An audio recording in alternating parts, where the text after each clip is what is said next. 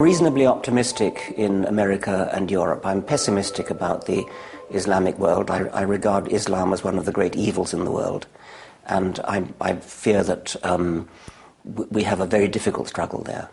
Why is it more problematic than Christianity, for instance? There's a belief that every word of the Quran is literally true, and it is there's a kind of closed-mindedness there which is I think less present in the former Christendom, perhaps because we've had long, I don't know quite why, but there's more of a historical tradition of questioning.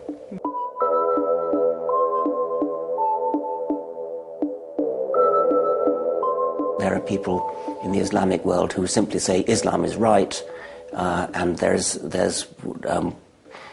we are going to impose our will. And there's an asymmetry. I think in a way we are being too nice. I think that it's possible to be naively over-optimistic, and if you reach out to people who have absolutely no intention of reaching back to you, then you may be disillusioned.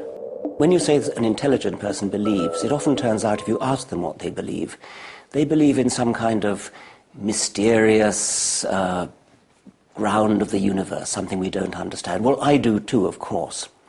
But the number of people who actually believe in what theistic religions tell you, in miracles, for example, I don't think you're a very intelligent person if you believe, for example, that Jesus turned water into wine. I think you've got to be fairly unintelligent to believe something like that. Religious matter is a matter of childhood indoctrination. The remedy for it is to not teach children what to think, to teach children how to think, to teach children to question, to teach children that religion exists, and to teach children the existence of lots of different religions, encourage them to make up their own mind.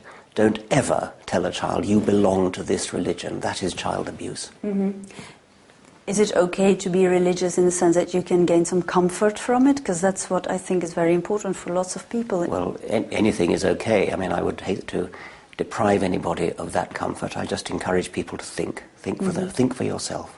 If it were really true that there was a supreme being who created the universe, it would be one of the most important facts we know about the universe. I think it's false, but I think it's an important question. And if it's false, it's important to show that it's false. You say it's false, yet we live in a world that's getting more and more religious, it seems. I'm not sure that's true. Certainly there are parts of the world which seem to be more militantly religious, but I also get the feeling that there's a great upsurge in people who realize that actually they're not religious and that they're fed up with being taken for granted as though they were.